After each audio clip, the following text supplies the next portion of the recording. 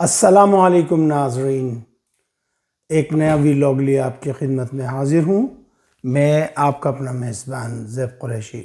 آج پیر کا دن ہے اور جنوری کی 5 تاریخ سن ہے 2026۔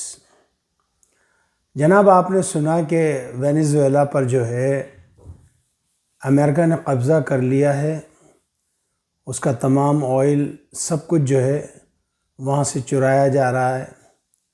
دنیا میں سب سے زیادہ آئل جس ملک میں نکلتا ہے وہ وینیزویلا ہے۔ بتاتے ہیں پوری دنیا کا جو آئل ہے اس کا 18% سے زیادہ خالی وینیزویلا میں 38% وینیزویلا میں نکلتا ہے۔ جناب، بہانہ ہے کہ جی وہاں سے منشیات آ رہی تھی، وہاں سے ڈرگز آ رہی تھی، اصل میں ان کی نیت لگی ہوئی تھی۔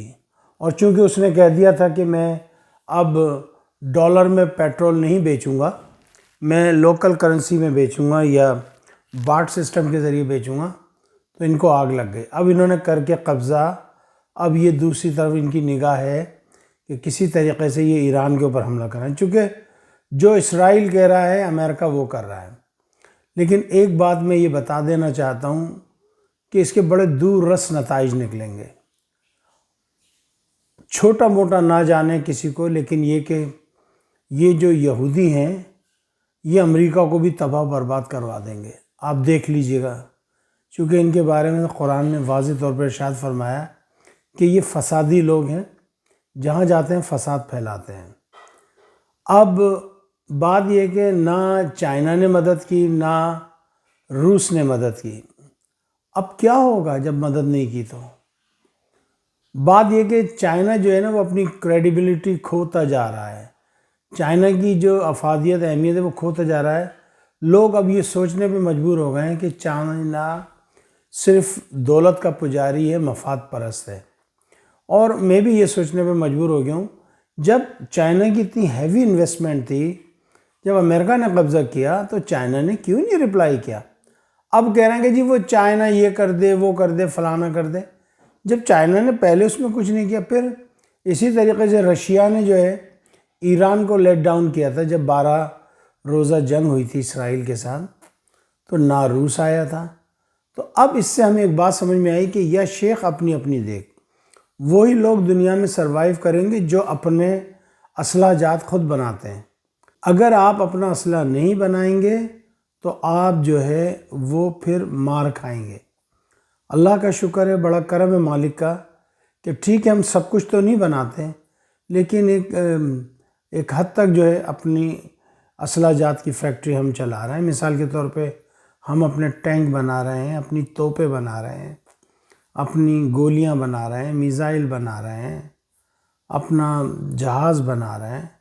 اب تو خبر یہ آ رہی ہے کہ ہیلی کاپٹر بھی انشاءاللہ، اور ہیلی کاپٹر کے ساتھ ساتھ کمرشل جہاز کی بھی ہمارے پاس اطلاع آئی ہے کہ انشاءاللہ تعالی بہت جلد کمرشل جہاز جو ہے پاکستان میں بننا شروع ہو جائیں گے۔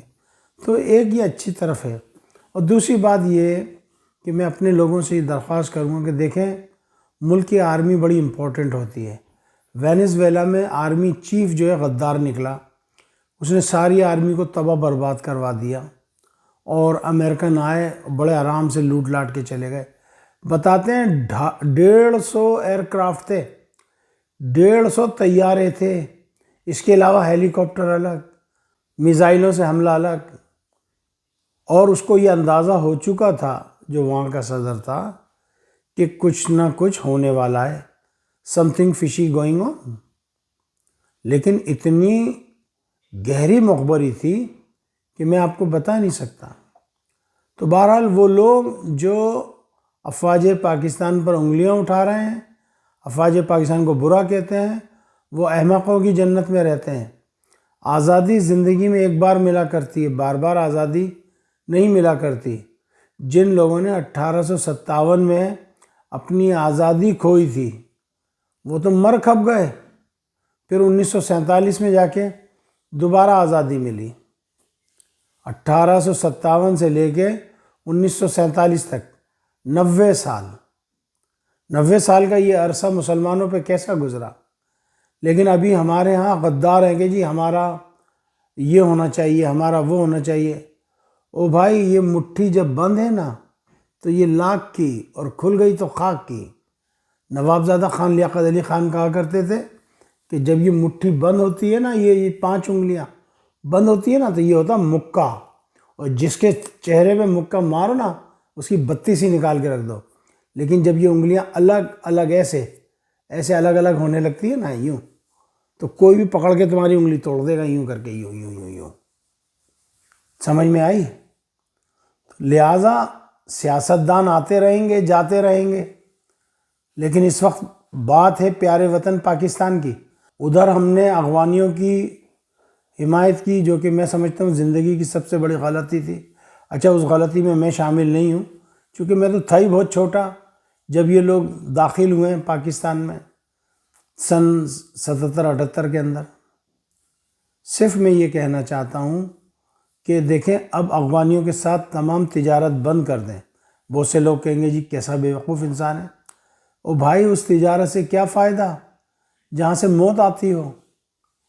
تم تجارت کرو گے، وہ ہیروئن شروع ہو جائے گی دوبارہ سے، وہ اسلحہ جات آنا شروع ہو جائے گا، کلاشنکوف شروع ہو جائے گی۔ ان کا تو کام ہی ہے، یہ تو ڈستے ہیں، یہ پڑھے لکھے تھوڑی ہیں، یہ تو اللیٹریٹ ہیں۔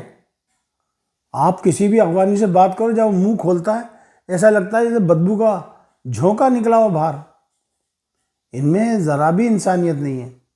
سن 1947 میں جب پاکستان بنا تو سب سے زیادہ مخالفت انہوں نے ہی کی تھی، جبکہ ہندوستان جو ہمارا مخالف تھا اس نے ہمیں ایکسیپٹ کیا یونائٹڈ نیشن میں، لیکن انہوں نے ہمیں ریجیکٹ کیا۔ ایران پہلا ملک تھا اسلامی کنٹریز میں جس نے ہمیں قبول کیا یونائٹڈ نیشن میں۔ تو اب میں صرف یہی کہنا چاہتا ہوں کہ وینزویلا جیسا حال یہ ایران میں کرنے کا سوچ رہا ہے۔ فیک نیوز اڑائی جا رہی ہے کہ خامنہئی صاحب روس بھاگ گئے، خامنہئی صاحب وہاں بھاگ گئے۔ مجھے یہ لگتا ہے کہ خامنہئی کو پتہ ہے کہ میں تو مرنے کے دم پہ ہوں، میں بھاگ کے کیوں اپنا منہ کالا کراؤں۔ وہ تو نہیں جائیں گے، مجھے نہیں لگتا وہ جائیں گے، ساری دنیا چلی جائے گی، لیکن میری ذاتی فیلنگ ہے، گٹس ہے میرے، مجھے لگتا ہے وہ نہیں جائیں گے، وہ مر جائیں گے، شہید ہو جائیں گے، لیکن وہ وہاں سے بھاگنے کا نام نہیں لیں گے۔ بہرحال اللہ تعالیٰ کرم کرے، رحم کرے مجھ پر، آپ پر، ہمارے پیارے وطن پاکستان پر۔ اور ہاں، چلتے چلتے میں ایک بات کہہ دوں کہ اپنے کشمیری بھائیوں کو بالکل نہ بھولیں۔